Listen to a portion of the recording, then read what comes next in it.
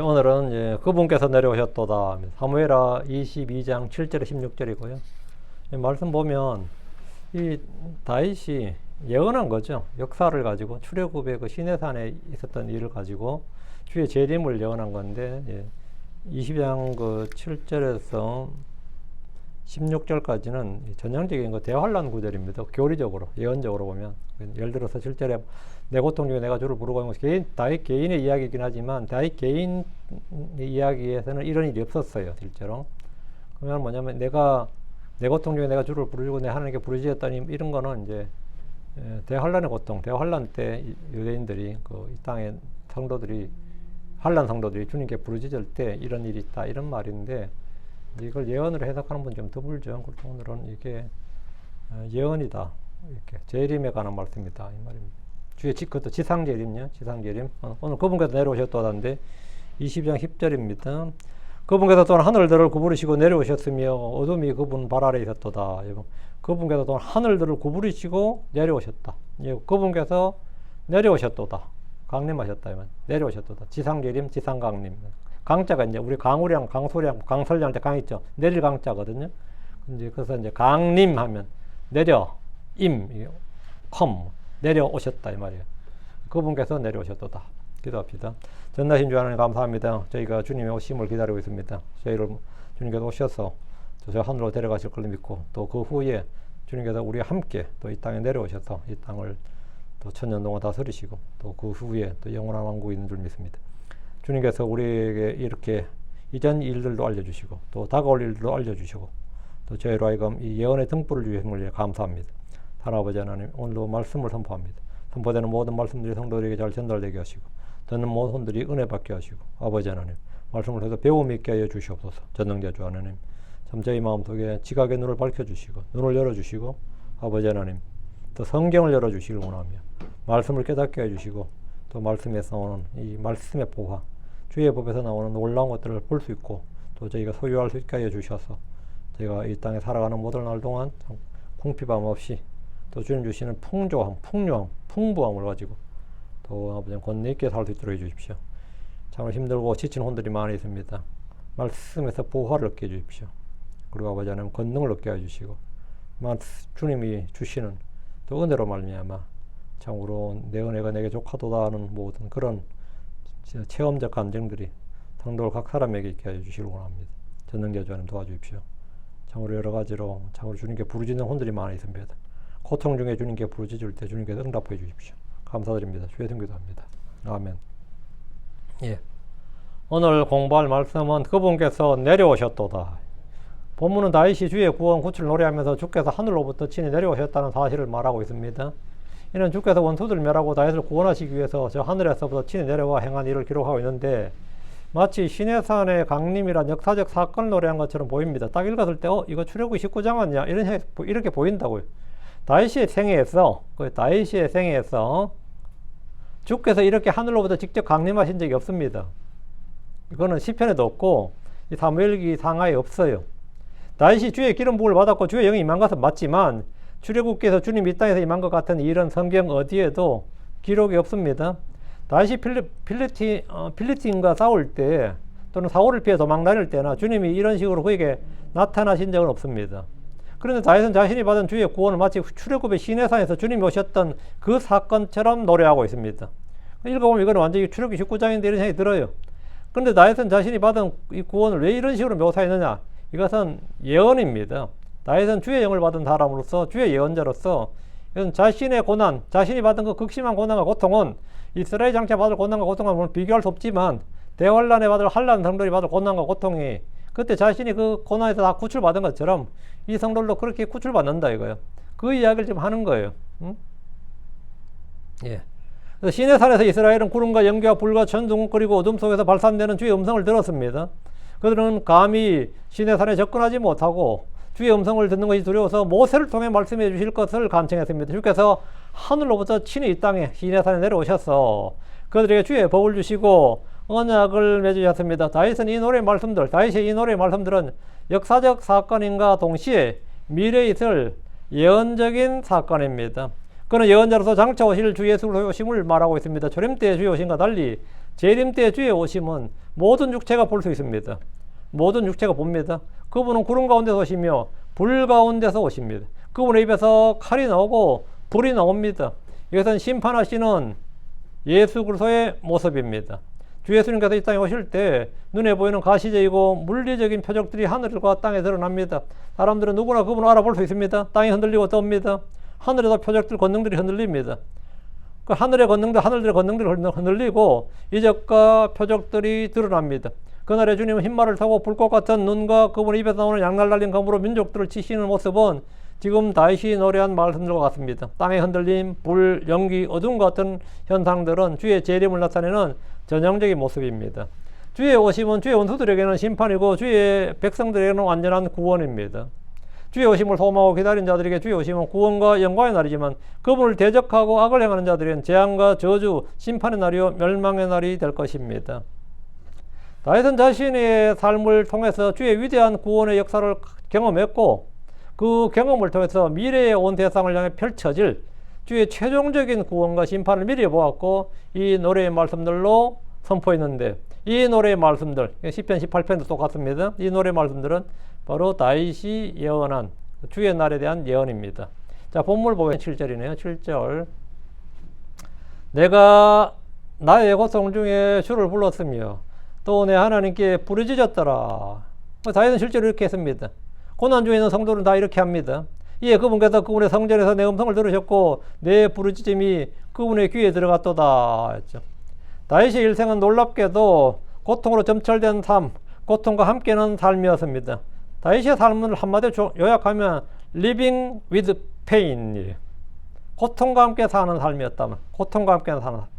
유대인들에게 다윗은 민족의 영웅이고 전쟁 영웅이고 이스라엘의 영광을 드러내는 영웅이라는 이미지가 있고 크리스천들 역시 다윗이라 그러면 불세출의 믿음의 영웅으로 생각되지만 그의 삶은 고통의 날들의 연속이었습니다. 오늘 기복주의나 현세주의자들 모순절파 들으면 귓가발 노릇이지만 성경에 나오는 믿음의 사람들은 하나같이 고통과 함께 사는 삶이었습니다. 그들 중에 고난과 함께 사는 삶, 고난의 연속이 아니었던 사람이 없어요. 믿음의 삶, 영적인 삶이란 이 세상에서 고통의 삶이고 이 세상과 충돌하는 삶, 사람들과 갈등하는 삶, 핍박받는 삶, 뭔가 있던 충돌하는 삶입니다. 충돌하는 삶이. 나는 평안하게 살고 싶은데 뭔가 그리 되질 않습니다. 잊지 마십시오. 그리스도 안에서 경건하게 살고자 하는 자는 박해를 받습니다. 사도 바울이 성도들에게 준 권면을 보면 권면 사도행전 14장 22절에 제자들의 혼을 굳건하게 하며 또 그들을 계속해서 믿음 안에 거하게 하며 또 우리가 반드시 많은 환난을 통해서 하나님의 왕국 안으로 들어가야 한다고 권면하였느니라. 우리가 반드시 많은 환난을 통해서 하나님의 왕국에 들어가야 된다. 하나님의 왕국 안으로 들어가야 된다고. 많은 환난, 이게 트리뷸레이션이에요. 많은 환난을 통해서 하나님의 왕국으로 들어가야 된다고. 이게 사도 바울의 그 권면이단 말이에요. 가장 위대한 크리스천이었고 사도였던 바울은 고통으로 점철된 삶을 살았고 성도들에도 고통 없는 삶, 고난 없는 삶, 시험 없는 삶을 가르친 적이 없습니다. 고통 없는 삶을 말한 적이 없어요. 우리가 반드시 많은 환난을 통해 하나님의 왕국 안으로 들어가야 한다. 이 말씀을 외면하고 싶은 사람들 중에 이 말씀은 참 사람들이 오늘 크리스천들에게 외면하고 싶은 말씀들 중에 하나입니다. 이런 말씀이 성경에 왜 기록되어 있나 싶단 말이죠. 주 예수님께서도 고난의 본을 남겨두셨고 그 발자취를 따라오게 하셨습니다. 그 발자취란 고난의 발자취를 따라오게 하셨단 말이에요. 그게 십자가의 길이에요. 십자가의 길. 성경에 따르면 성도들은 고난을 받도록 정해진 자들입니다. 데살로니가전서 3장 3절에 이로써 아무도 이러한 고난들로 흔들리지 않게 하려 함이니라. 이런 우리가 이런 고난을 받도록 정해진 줄을 너희 스스로가 아느니라. 이런 고난을 받도록 정해졌다고. 성도들은 고난에서 면제받은 자들이 아니라 고난에 참여하는 자들이고 고난을 감당하고 견디고 이기고 기뻐해야 하는 자들입니다. 기복주의적이고 현세적이고 이 땅에서 잘 먹고 잘 사는 이 세속주의 크리스천들은 그 목표가 뭐냐? 오늘 오순절파나 은사주의자들의 목표가 뭐예요? 고난이 무조건 죄에 대한 형벌이고 재앙이고 저주고 정죄고 주의 심판인 줄로 알고 고난 없는 삶, 그 형통한 삶을 갈구하는 겁니다. 그러나 고난은 주님이 경건하게 의롭게 주의 뜻을 향한 성도들에게 정해 주신 것입니다. 요한복음 16장 3절에 이 일들을 내가 너희에게 말한 것은 내 안에서 너희가 평안을 얻게 하려 함이니라. 세상에서 너희가 환난을 날 것이라. 그러나 크게 기운을 내라. 내가 세상을 이겼노라 했습니다. 주께서는 제자들에게 세상에서 너희가 환난을 당할 것이라고 말씀하셨습니다. 다윗은 고통의 순간에 불평을 하고 당한 것이 아니라 주를 불렀습니다. 내가 나의 고통 중에 주를 불렀으며, 고통 중에 할 일이 뭐냐? 주를 부른 거다. 주를 부른 것이다. 다윗은 고통을 겪을 때 그 고통을 처리하는 법을 알았습니다. 사람들은 다 시험을 당하지만 시험을 감당하는 법, 시험을 처리하는 법을 잘 모릅니다. 누구나 죄를 짓지만 죄를 해결하는 방법을 잘 모르고요. 고통을 당하면, 고통 가운데 있을 때 다들 그냥 불평하거나, 하나 하필이면 내게 왜 이러니, 나한테 하나님 내게 왜 이러십니까? 이런 식으로 불평하는 법은 다 아는데, 그 고통을 현명하게 그 지혜롭게 처리하는 방법, 그 고난을 이기는 방법, 그 고난에서 뭔가를 배우는 방법, 이런 것들은 익숙하지 않아요. 고통을 겪을 때 그 고통을 처리하는 방법, 이게 중요합니다. 고통은 누구나 와요. 고난은 누구나 옵니다. 시험은 누구나 와요. 근데 문제는 그걸 처리하는 방법이지. 모든 마누라들은 전부 다 남편에 대한 불만이 있어요. 세상의 모든 남편들은 다 마누라에 대한 불만이 있어요. 자식들은 다 부모에 대한 불평이 있고, 부모의 눈에는 항상 자식들이 뭔가 부족합니다. 교회에 오면 성도들은 다 목사에 대한 불평이 있고, 목사 입장에서 성도들이 다 뭔가 좀 모자라요. 뭔가 부족함이 있다고. 그럼 서로 불평하면 뭐가 됩니까? 불평해서 뭐 해결될 게 뭐가 있겠습니까? 더 엉망이 되는 거지. 사람은 다 사람에 대해서 불평을 합니다. 다. 난 윤 목사님 한국서 왔을 때 사도 바울 같은 사람인 줄 알았어요. 이런 목사, 내가 사도 바울 같은 사람이면 좋겠지만, 그래서 내가 그랬어요. 내가 사도 바울 같은 사람이었으면 난 여기 근처도 못 온다고. 사도 바울은 만만한 사람이 아니었어요, 성도들에게. 사도 바울은 절대로 만만한 사람이 아니었습니다. 여러분 생각할 때 어떤 사람 같아요, 사도 바울이? 바울이 오죽했으면 그 수십 년 사이에 가고 모두가 나를 버리고 떠났다 그러겠어? 만만한 사람 아니에요. 이게 고통을 겪을 때 처리하는 방법을 알아야 된다고. 고통을 견디고 이기는 법, 고난의 유익을 배우는 겁니다. 고난의 때, 고통이 있을 때 우리는 무엇을 해야 되는가? 뭘 해야 되는 거야? 어떻게 처리해야 되는 거야? 주를 불러야 됩니다. 주를 불러야 된다고. 주를 부른다는 게 뭐냐? 기도하는 거죠. 야고보서 5장 13절에 너희가 온데 어떤 이가 고통을 받고 있느냐? 그는 기도할 것이요. 기도할 것이요. 이게 뭐죠? 이게 주를 불렀으며죠. 어떤 이가 즐거워하느냐? 그는 시들로 노래할지어다. 다시 7절. 이에 그분께서 그분의 성전에서 내 음성을 들으셨고, 다윗의 시대는 성전이 없었어요. 성전이 없었죠. 실로의 성막이 불타고 나서 언약궤만 가져와서 그냥 다윗이 예루살렘에 그냥 둔 거잖아요. 그것도 오랜 시간을 지났어. 이에 그분께서 그분의 성전에서 내 음성을 들으셨고 내 부르짖음이 그분의 귀에 들어갔도다. 이 성전이란 것은 뭐냐 이거죠. 이 성전이란 것은, 예. 다윗이 주를 불렀을 때 주께서 그분의 성전에서 다윗의 음성을 들으셨습니다. 이것은 하늘의 성전입니다. 땅에 있었다면 에스겔 성전, 그거는 천연왕국에 있을 거고 제3성전이라고 하는 그 성전일 텐데 그건 적그리스도 성전이에요. 그러니까 이거는 말이 안 되고, 이에 그분께서 그분의 성전에서 내 음성을 들으셨고 이건 당연히 하늘의 성전이고 내 부르짖음이 그분의 귀에 들어갔도다 이런 거죠. 다윗의 부르짖음이 그분의 귀에 들어갔습니다. 주님은 이 모든 일을 하셨습니다. 주님은 귀가 있어도 듣지 못한 우상이 아닙니다. 주께서 우리의 사정을 들으시고 우리의 모든 것을 보시는 분입니다. 감찰하시는 하나님입니다. 감찰하시는 하나님입니다. 8절. 그때 땅이 흔들렸고 떨었도다. 그때가 언제? 그때 주님 오실 때. 이거 완전 예언이니까 딱 알겠죠. 역사적으로는 출애굽 때, 출애굽 19장이에요. 시내산에 강림할 때고. 예언적으로는 당연히 뭡니까? 주님 재림 때죠. 하늘의 기초들도 요동하고 흔들렸도다. 이는 그분께서 진노하시기 때문이로다. 주님 왜 진노하시는 거죠? 주의 진노의 날이 언제입니까? 주의 진노의 날이 언제냐고. 예. 그게 바로 대환란이에요. 예. 큰 고통의 날, 고난의 날, 그게 뭐냐? 예. 그게 진노의 날이 뭐냐? 예. 주께서 다윗의 기도를 들으실 때 일어난 일들을 노래하고 있는데, 하나님께서 다윗을 위해서 다윗의 원수들을 대적하여 특별한 놀라운 방식으로 개입하셨다요. 주의 임재는 사람 눈에 보이지 않고 느끼지 않습니다. 주님께서 우리 속에서 일하시는 것이나 우리 가운데서 어떤 크고 놀라운 일들을 하셔도 사람들은 전혀 인식하지 못하는데, 그래서 한 번 말씀하시고 거듭 말씀하셔도 알지 못했다. 뭐 이것이 사람이더란 말이에요. 그런데 사람들이 주의 오심을 직접 볼 수 있었던 것은 언제냐? 시내산의 강림이었습니다. 시내산의 강림은 모든 이스라엘 사람이 다 주의 오심을 직접 눈으로 목격했어요. 그 누가 가르쳐주지 않아도 주님이 오셨다, 주님 저곳에 계시다, 이거 다 알았습니다. 그때 땅이 흔들렸고 하늘의 기초들도 요동하고 흔들렸습니다. 주님이 아브라함이 오셨을 때나 야곱에 나타나셨을 때 전혀 그런 것이 없었습니다. 주께서 사사들에게 오셨을 때 기도이나 만호하는 그분이 주의 천사인지 알지도 못했습니다. 주이신지 알지도 못했다고요.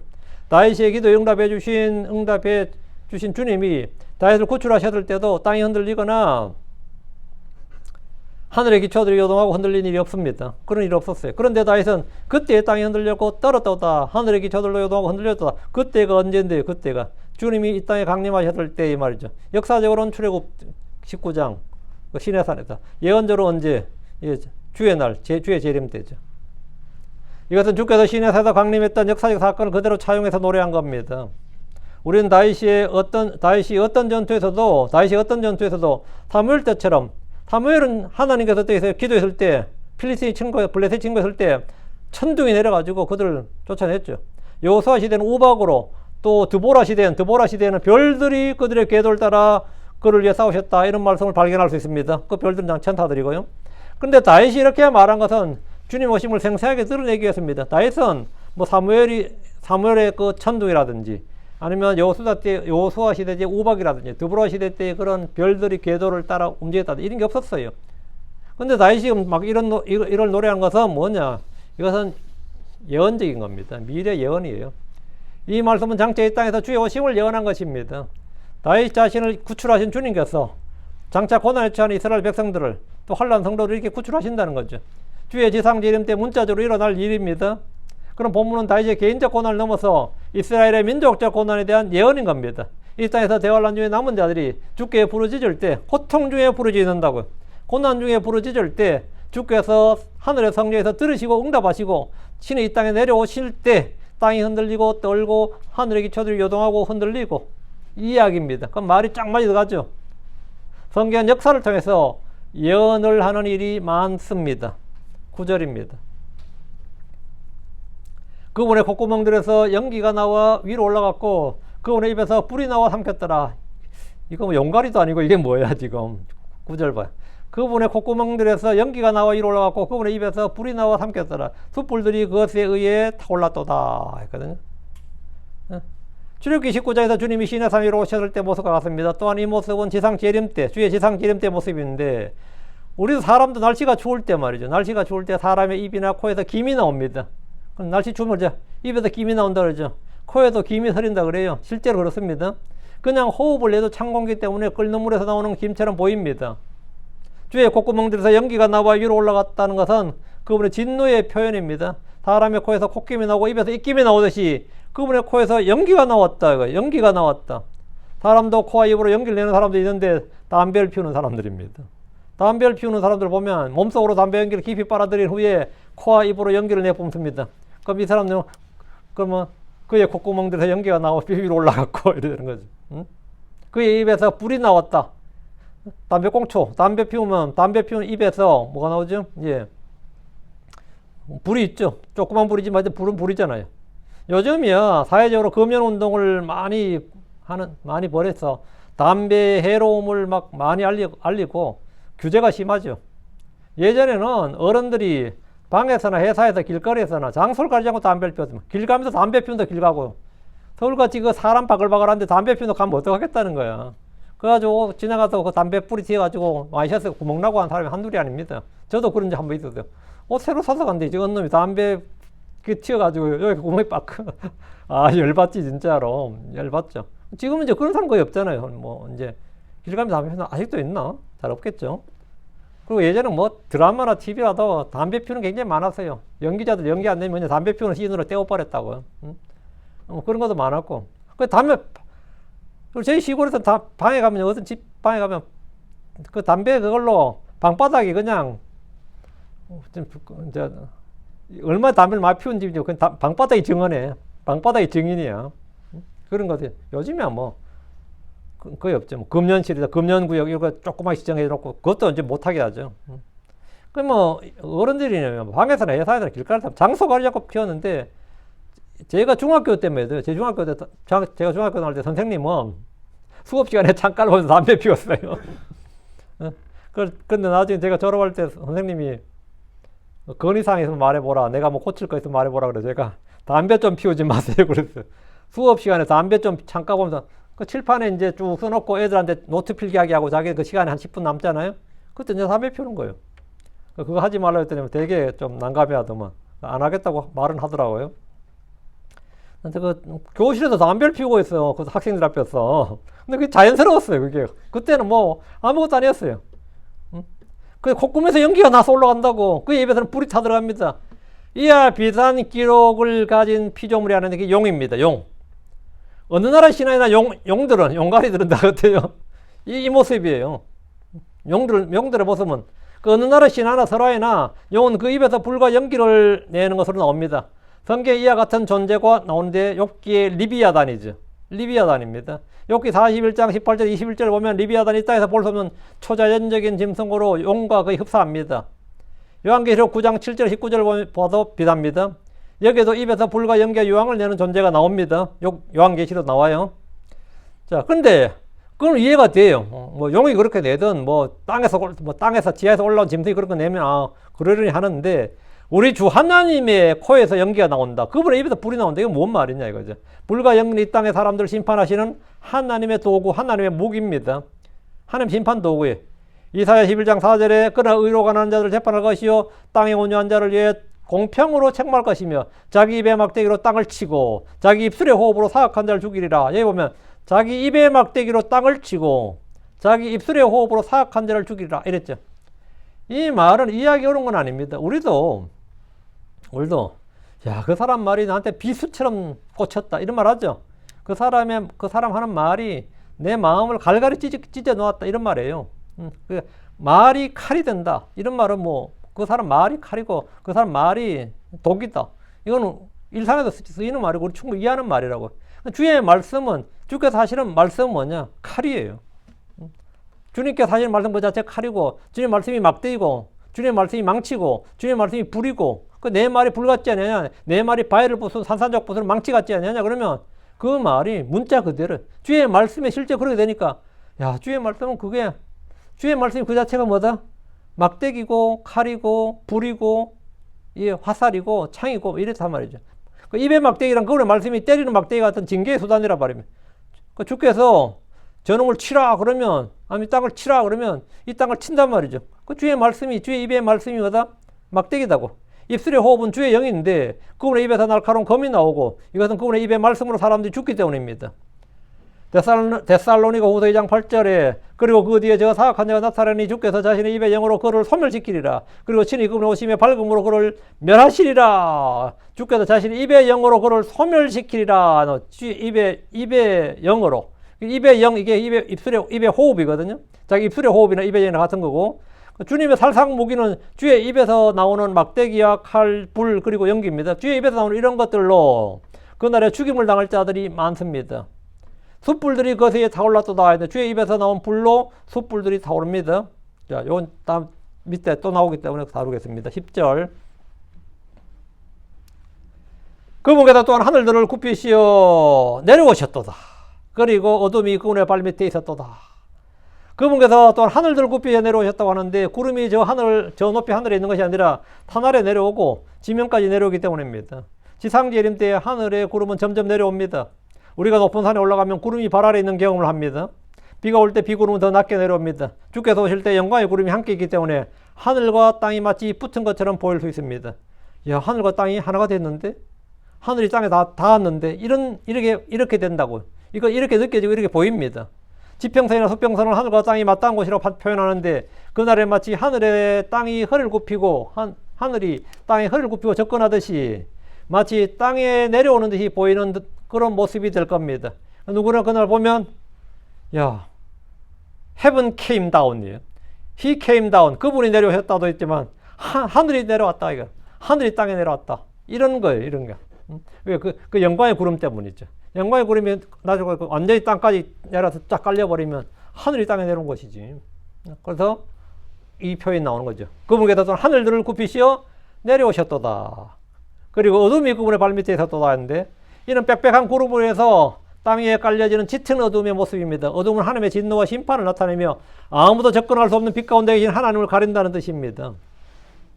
빛이신 주님이 계신 곳에, 빛이신 주님이 계신 곳에 있는 어둠은 그분을 가리기 위한 것이고, 또 한편은 사람들을 보호하기 위한 것입니다. 주님을 직접적으로 그 광채를 보게 되면 뭐 볼 수도 없거니와 죽습니다. 그래서 짙은 구름으로 이제 가리게 된 거죠. 11절. 그리고 그분께서 구룹을 타고 나르셨으며 또 바람의 날개들 위에서 보이셨도다. 주님이 구룹을 타고 나시는 장면은 에스겔서에 잘 나옵니다. 그룹은 주님의 사방에 있는 존재들로 천사들과 달리 날개가 있습니다. 성경은 주님이 그룹들 사이에 거하신다고 하셨습니다. 지금 이사야 37장 16절, 이사야 37장 16절에 오 만군의 주시오 이스라엘의 하나님이시여 그룹들 사이에 거하시는 주께서는 모든 땅의 왕국들의 하나님이시니이다. 주는 하나님 곧 홀로 하나님이시니이다. 주께서 하늘과 땅을 만드셨나이다. 여기 보면 하나님으로 그룹들 사이에 거하시는 주께서는 그룹들 사이에 거하시는 주, 그룹들 사이에 거하시는 주란 표현은 계시록에도 네 짐승 가운데 왕자가 있기 때문에 분명히 볼 수 있습니다. 그룹들은 주님이 가고자 하는 곳으로 움직입니다. 주님은 그룹을 타고 움직이시는데 사람이 말을 타듯이 주님은 그룹을 타신다 이 말입니다. 사람은 말을 타고 요즘은 자동차를 타고 비행기를 탄다 그래. 그럼 하나님은 뭘 타냐? 예, 그룹을 타고 움직이신다. 예, 그룹을 타고 오십니다. 그룹은 운송수단이 되는 거죠. 예. 예, 그룹의 모습은 주의 언약궤 위에도 새겨져 있고, 그룹이 어떻게 생겨졌냐면 그거는 있어요. 언약궤 위에 그룹을 새겨놨죠. 거기다가 무엇보다도 주의 성막 그 휘장 있죠. 휘장에 그룹을 수놓아라 그랬거든요. 그 성막에 성전 그 휘장에도 그룹을 수를 놓았습니다. 수를 놓았어요. 수를 놓게 하셨어요. 그룹들의 모습은 에스겔 10장 14절에 나오는데 계시록에도 나오고요. 그리고 각자가 4개의 얼굴을 가졌는데 첫째 얼굴은 그룹의 얼굴이요, 둘째 얼굴은 사람의 얼굴이며 셋째는 사자의 얼굴이요, 넷째는 독수리 얼굴이었더라 그랬죠. 이렇게 돼 있어요. 특이한 것은 마귀 사탄이라 불리는 자가 덮는 그룹이었다는 겁니다. 마귀가 덮는 그룹이었다고. 성경 그가 기름 부음을 받은 덮는 그룹이었다 이래 나옵니다. 그룹의 모습과 기능, 역할에 대해서는 에스겔 10장에 자세히 나오니까 잘 보시기 바라고요. 한번 읽어보시면 됩니다. 다시 11절. 또 바람의 날개들 위에서 보이셨도다. 바람의 날개들이라 이 말은 이제 시적인 표현이죠. 굉장히 시적인 표현인데 현대에서도 자주 사용되는 말입니다. 바람의 날개 이런 표현 우리도 쓰는 표현인데 바람은 보이지 않게 신속 기동합니다. 바람은 바다를 움직일 정도로 강력합니다. 바람은 어디에나 있습니다. 성령의 속성 중 하나가 뭐죠? 바람입니다. 성령의 속성 중 하나가 바람이에요. 그래서 사람들은 바람에 실려 자유롭게 이동하는 꿈을 가지고 있습니다. 지금은 비행기 날개나 풍력 발전에 이 날개가 이 바람의 날개, 바람개비를 바람의 날개 이렇게 부릅니다. 바람의 날개라고 부릅니다. 시편 104편 3절에 그분께서 물들 속에 그분의 방들에 들보들 얹으시며 그분은 구름들로 그분의 병거를 삼으시며 그분은 바람의 날개들 위에 거니시며 그분은 바람의 날개들 위에 거니시며 이랬습니다. 바람의 날개들란 말은 정리하면 신속하고 빠른 움직임입니다. 주의 재림은 신속하고 빠릅니다. 마치 알지 못하는 순간에 불어닥치듯이 주의 재림 역시 생각하지 못하는 시각에 임합니다. 바람의 속성인 편재성, 바람의 속성은 뭐냐? 편재성과 광대한 힘입니다. 편재성, 바람 어디에나 있단 말이죠. 그 다음에 광대한 힘. 바람이 온 세상에 미치듯이 주의 힘은 어느 장소에 국한되지 않고 온 세상에 미칩니다. 바람은 제한되지 않습니다. 어디 제한을 받지 않는다고요. 주님의 임재는 제한을 받지 않습니다. 그분의 능력과 통치의 범위를 생각해 보십시오. 바람은 인간이 통제할 수 없습니다. 바람의 날개들은 인간의 이해나 통제를 초월하는 하나님의 위엄과 권능, 그분의 뜻대로 모든 걸 주관하신다는 걸 뜻합니다. 오순절에 주의 성령이 믿는 자들 위해 내려오실 때도 급하고 강한 바람같이 임하셨습니다. 주 예수님의 재림 때 이 땅에서 그분의 오심을 보는 사람들은 훨씬 더 크고 강한 바람을 맞게 될 것입니다. 이것이 대체 무슨 바람이냐. 하늘로부터 주님이 오실 때 사람들은 그들 위로 오순절에는 믿는 자들 위에 바람이 급하고 강한 바람 같은 것이 쫙 임했다면 그날은 모든 사람들이 이 급하고 강한 바람을 다 알아요. 누구나 다. 근데 이것은 무슨 바람이냐? 주님 오시는 주의 재림을 증조, 주님의 재림을 나타내는 알려주는 바람이단 말이죠. 바람의 날개들 위에서 보이셨다. 그 바람을 통해서 이게 상상을 해보면 참 놀랍죠. 그냥 우리가 지금 시원한 바람, 이 정도 뜨거운 바람, 이런 바닷바람, 이런 바람이 뭐 계곡의 바람 이런 거지만 그 바람은 그냥 사람들이 알아요. 이것은 무슨 바람이냐. 주의 오심이란 바람이다. 12절입니다. 함선에 탄 사람들은 비행기가 함선에 막 뜨고 내려가잖아요. 그럼 비행기가 얼마나 그 후폭풍이 강합니까? 그러면 그 통제하는 사람들은 그 바람에 절대로 직접 맞으면 안 되거든요. 요즘 그 설계를 잘 해놨더구만. 그 불과 바람이 함께 나오니까 그걸 착 이렇게 그 병사들이 다치지 않도록 뒤에 그 자동으로 착 올라오더라고요. 그건 내가 굉장히 놀랐는데, 그건 이제 우리 몸이 바로 그거 아는 거지. 그 바람 하면 다음에 비행기가 출발한 바람이다. 그건 아는 거죠. 그리고 그 소리도 있고, 그 소리는 뭐 창문을 깹니다. 진동 바람 때문에. 헬리콥터도 마찬가지인데, 주위에 오심도 그런 바로 이 지상에 있는 모든 사람들이 그런 걸 안다 이 말이. 그게 그래서 바람의 날개들 위에 보이셨도다 이렇게 표현한 겁니다. 이게 딱 와닿았으면 좋겠네요. 저는 이게 딱 와닿는데, 이제 듣는 분들도 이게 말씀을 읽을 때 이게 딱 와닿았으면 좋겠어요. 자, 12절입니다. 또 그분께서 어두운 물 그분 주변에 천막들로 삼으셨고 어두운 물들과 창고에 짙은 구름들도 그러하도다. 하나님 빛 가운데 계시고 어두운 가운데 계십니다. 이게 말이 되느냐 싶죠. 어떤 사람들에게는 이것이 모순처럼 보이거나 그렇게 들릴 수 있습니다. 우린 빛 가운데 있는 것도 볼 수 없고 어두운 가운데 있는 것도 볼 수 없습니다. 어두운 가운데 있으면 어두워서 볼 수가 없고, 어떤 것이 빛 가운데 있으면 빛 가운데 있어도 못 봅니다. 빛 가운데 있는 것도 못 봐요. 사람의 눈은 특이하게도 너무 밝으면 아무것도 볼 수 없습니다. 주께서 시내산에 강림하셨다. 불과 구름과 짙은 어둠 속에서 말씀하셨습니다. 그래서 이스라엘 사람들은 아무도 그분을 보지 못했습니다.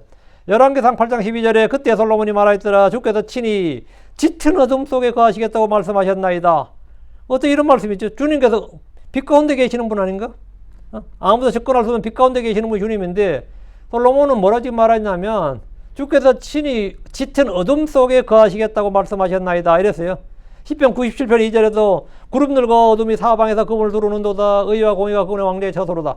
구름들과 어둠이 사방에서 그분을 두루는도다. 그러니까 주님의 사방에 그분을 두르는 게 뭐다? 구름들과 어둠이다 말이죠. 이 땅의 죄인들은 빛 가운데 계신 주님이 아닌 그분을 둘러싼 어둠을 보게 될 것이다 이 말이에요. 그들은 빛보다 어둠을 더 사랑했기 때문입니다. 그러니까 성도들은 빛 가운데 계신 주님을 보고 빛이신 분을 보게 되고 빛 가운데서 교제하게 됩니다. 심판자들은 어둠 가운데, 구름과 짙은 어둠 가운데 계신 주님을 보게 될 것이고 그분에게 심판을 받게 됩니다. 지금 12절에 어두운 물들과 창고에 짙은 구름들도 그러하도다 했는데, 깨끗한 물에도 빛이 비치지 않으면 어두운 물들이 됩니다. 어두운 물들이라는 뜻이 뭐냐? 빛이 투과하지 못하면 어두운 물이에요. 빛이 투과하지 못하면 어두운 물이라고. 깊은 우물 속을 들여다보면 모두 어두운 물들입니다. 그 물을 밖으로 길어 올릴 때까지 어두운 가운데 있기 때문입니다. 계곡의 물들은 맑고 깨끗해도 빛이 들어오지 않으면 검은 물로 보입니다. 깊은 바다의 물들도 마찬가지입니다. 바닷물 속으로 투과한 빛은 10m 이내에서 붉은 파장의 빛이 사라집니다. 그래서 깊은 바다 속은 푸른색이나 녹색으로 보입니다. 잠수부들이 바닷속으로 들어갈 때 라이트를 켜야 앞이 보입니다. 수심이 깊어질수록 물은 같은 물이지만 어둠의 물들이 됩니다. 그래서 이제 뭐 저 심해에 가면 완전한 어둠이 되고요. 완전한 어둠이 되고, 둘째 하늘 위에 있는 기쁨의 바다 한번 생각해 보시면 돼요. 둘째 하늘 위에 있는 기쁨의 바다는 어둠의 물들입니다. 어둠의 물들이에요.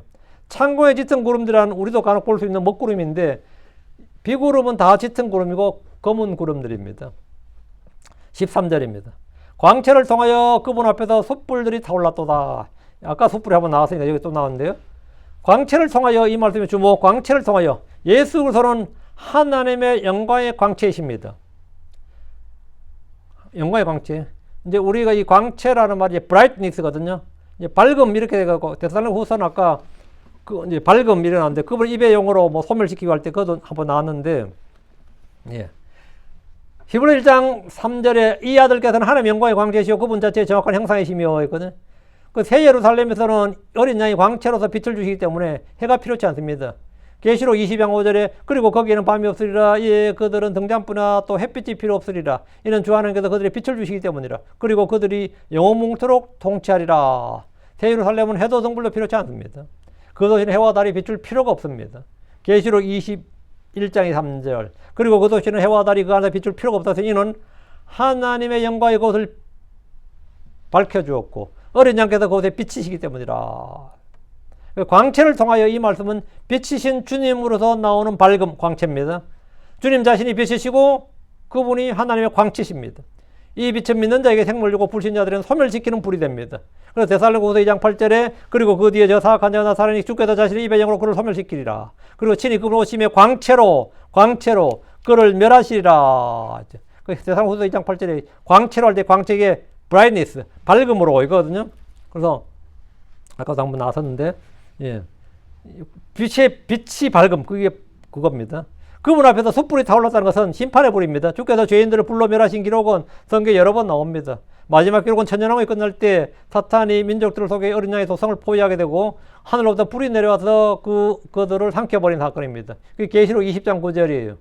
그리고 그들의 땅의 넓은 곳으로 올라가 성들의 진영과 그 사랑받는 도시를 둘러쌌더라. 이에 불이 하늘에서 하나님으로부터 내려와 그들을 삼켰더라.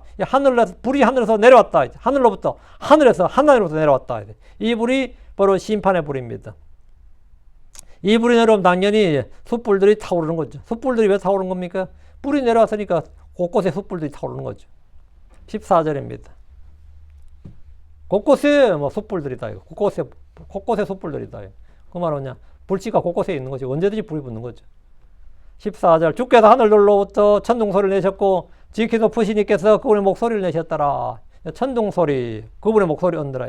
천둥소리가 그분의 목소리예요. 주께서 하늘보다 천둥소리를 내고 주께서 다음에 지키 높으신 이께서 주님이 지키 높으신이죠. 하늘 천둥소리를 내셨고 그분의 목소리를 내셨더라. 그러니까 천둥소리가 먼저 그분의 목소리가 되는 거죠. 주께서 하늘로부터 천둥소리를 내시는데 이것은 주님의 음성입니다. 천둥소리가 바로 주님의 목소리예요. 성경에서 주의 음성은 천둥소리, 많은 물소리, 나팔소리 이래 나옵니다. 이 세 가지가 주님의 음성이에요. 천둥소리, 많은 물소리, 나팔소리.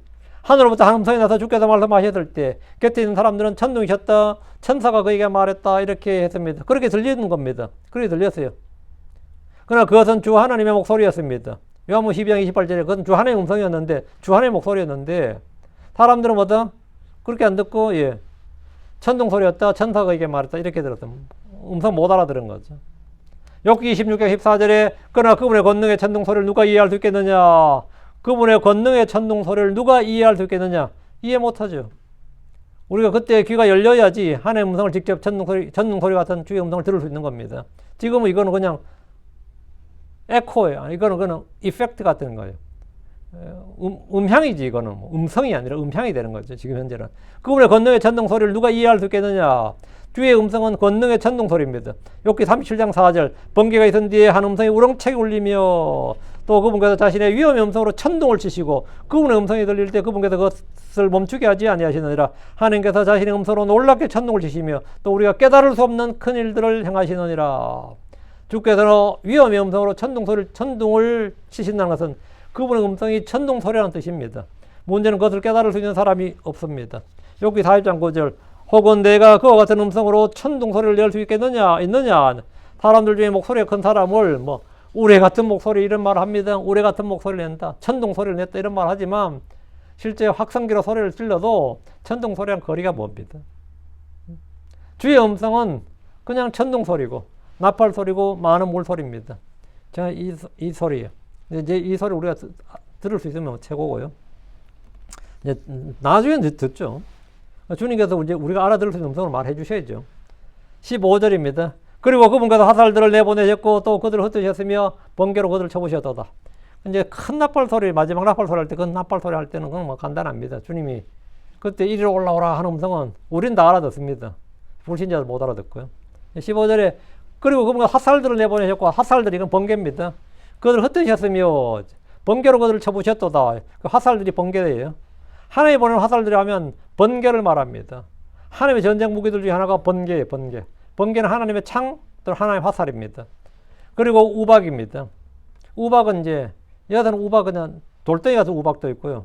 헤일스톤이라고 그러죠. 돌이라고. 하늘로부터 내리는 불은 거의 끝판을 내는 무기입니다. 하늘로부터 내리는 불은 끝판을 내는 무기고 역병은 조용히 많은 무리들을 전멸시키는 칼입니다. 하나님의 전쟁 무기인데 그분과 화살들을 보내셨다는 것은 주님이 직접 전쟁에 개입하시고 원수들을 물리치셨다는 겁니다. 하늘로부터 번개가 쫙 쳐가지고 사람 죽이는 거 한번 생각해 보세요. 그걸 누가 피합니까? 아니면 비를 잔뜩 쫙 내려가지고 비와 더불어 그 땅에다가 번개를 탁탁 치면 전부 다 감전으로 다 죽는 거죠.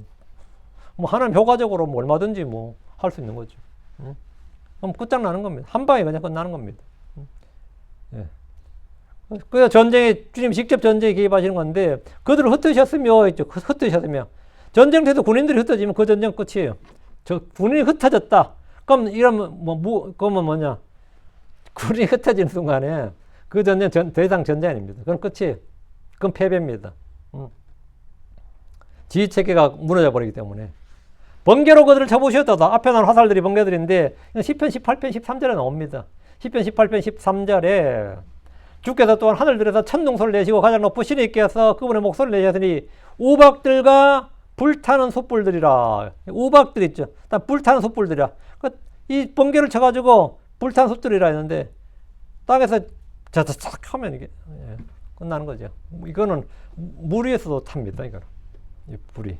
천둥, 번개, 우박들은 하늘에서 내리는 주님의 무기들입니다. 번개가 땅에서 내려치면 화재가 일어납니다. 화재가 일어나요.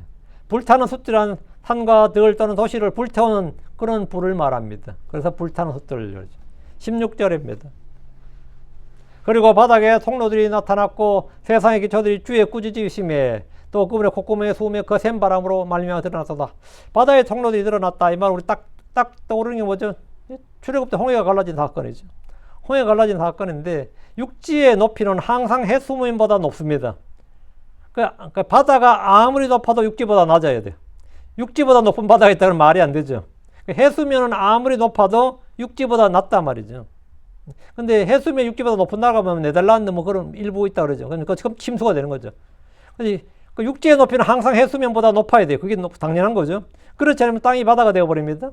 바다의 표면이 땅보다 낮은데 바다의 물 아래 밑바닥은 육지보다 수백에서 수천 미터가 낮게 됩니다. 그러면 바다 자체가 해수면 가장 높은 지역도 땅보다 낮은데 그럼 바다가 갈라지면 그 바다 해적 밑바닥은 어떻게 되는 거죠? 땅의 기초가 되는 거죠. 거기가. 바다의 표면이 땅보다 낮기 때문에 바다의 물 아래 밑바닥은 육지보다 수천 미터 낮단 말이죠. 홍해가 갈라질 때 이스라엘은 해저의 바닥을 마른 땅처럼 걷는 겁니다. 걸었어요. 그 바닥을 세상의 기초들을 이렇게 말한 겁니다. 기초는 왜? 가장 밑바닥에 있는 게 기초거든요. 땅의 가장 밑바닥이 뭐냐면 바닷물 아래가 가장 땅의 밑바닥이단 말이죠. 이스라엘은 바다의 통로들을 걸었고 세상의 기초들을 보았습니다. 세상의 기초들이 주의 꾸짖으심에 드러났다. 세상의 기초들이 주의 꾸짖으심에 드러났다면 바다의 해수면 밑바닥이 드러났다 이 말이에요. 해수면 밑바닥이 드러났다. 이렇게 드러났다. 16절에 또 그분의 콧구멍에 수음에 거센 바람으로 말미암아 그분의 콧구멍에 수음에 거센 바람으로 말미암아 드러났도다. 뭐가요? 땅의 기초가 땅의 밑바닥이 드러났다고. 그러니까 이 땅의 밑바닥에는 우리가 이 육지의 밑바닥이라는 건 없죠. 우리 뭐 팔면 그 땅바닥은 그냥 지하가 땅속이 되는 거지만 밑바닥이라 안 걸잖아요. 땅속 밑바닥 그러지 않죠. 지하 밑바닥 그러지 않죠. 해수면, 동굴이나 뭐 해수면에서 이 바다의 물 밑이 땅 밑이 되는 거죠. 사실은 땅의 밑바닥이 되는 거죠. 그러니까 거센 바람을 말미암아 기초들이 드러났다. 땅의 밑바닥이 드러났다. 이 말이죠. 홍해 바다를 나눌 때 주님은 그분의 콧구멍의 바람으로 가르셨다는 거예요. 콧구멍의 바람으로. 이건 주님의 권능을 극적으로 표현한 겁니다. 입으로 후 분 것도 아니고 그냥 콧구멍으로 불었는데도 콧구멍의 바람에 바다가 갈라졌다. 이거 뭐야? 주의 크신과 권능을 가장 간단한 한마디로 표현한 거죠. 이건 우리 손으로 이렇게 한 것보다 이렇게 해서 우리가 촛불 끌 때 휙 이렇게 끄는 것보다 이 정도보다 더 간단하게 그냥 내가 그냥 숨을 쉬었는데 뭐 바다가 홍해가 갈라졌다 어때요? 엄청난 거지. 그분의 콧구멍에 숨에 거센 바람 그것이 바다를 가를 정도 홍해가 가를 정도죠. 사람은 콧구멍으로 콧바람으로 촛불도 끄기 어려워요. 심지에 붙은 호롱불도 끌 때 우리가 손으로 끌거나 입으로 불어서 끕니다. 입으로 잘 안 되면 손을 모아가지고 이렇게 후 불어야 된다고. 근데 주님은 홍해 바다를 그분의 콧구멍에 바람으로 갈라버리십니다. 근데 이 홍해가 갈라져서 이 출애굽한 이스라엘이 홍해 바다를 건너서 가나안 땅으로 이제 가는 길에 이제 그 과도가 시내산으로 갔잖아요. 이건 뭘 예표하는가 하면 이 역사적 사건은 항상 예언의 모델이라고 그랬죠. 이건 뭐냐면 우리가 둘째 바다를 갈라서 우리 크리스천들이 휴거 때 말이죠. 휴거 때 우리가 이 땅에서 올라가서 구름을 통과해서 어디로 가겠어요? 북쪽으로 올라가서 쫙 올라가서 알파 드래곤을 통과해서 그 깊음의 바다를 통과할 때 그 깊음의 바다가 바로 홍해 갈라지듯이 착 갈라지는 거지. 그리고 대자는 올라가는 겁니다. 대자 올라가는 거예요. 그때 뭐냐면 바다들의 통로들이 나타났고 이렇게 되는 겁니다. 바다의 통로들이 나타났고 이렇게 되는 거예요. 이 말씀대로. 바다의 통로들이 드러난 거죠. 그 세상의 기초점 주에 꾸짖으시며 그분의 콧구멍에 소매 것에 말리면 드러났다. 그때 이 세상은 진짜 다 이 리셋이 될 겁니다. 완전히 다 드러나고 무너지고 뭐 하고 나면 주님께서 이제 천연왕국 때 이제 주님께서 이 땅을 회복시켜 주시는 거죠. 그래서 그렇게 되는 것이고 오늘 말씀은 이 말씀은 뭐냐면 주의 재림의 표적들입니다. 사실은 그분께서 내려오셨도다. 그분 내려오셨는데 왜 이렇게 됐냐? 그건 바로 대환란의 시기이기 때문입니다. 그 후에 주님이 직접 통치하시는 하늘의 왕국이 되면 당연히 의와 화평이 가는 하늘과 땅이 되는 겁니다. 오늘은 여기까지 기도합시다. 위대하시고 건조하는 감사합니다. 하나님께서 주신 말씀을 선포했는데 아버지 하나님 저희 눈을 밝혀주시고 늘 지각의 영을 또 깨닫는 마음을 주셔서 또 저희로 듣게도 하시고 보게도 하시고 말하게도 하시고 또 말씀을 잘 깨달아서 또 이 말씀을 마음에 간직하게 하셔서 저희가 말씀을 잘 사용할 수 있도록 은혜를 베풀어 주시옵소서.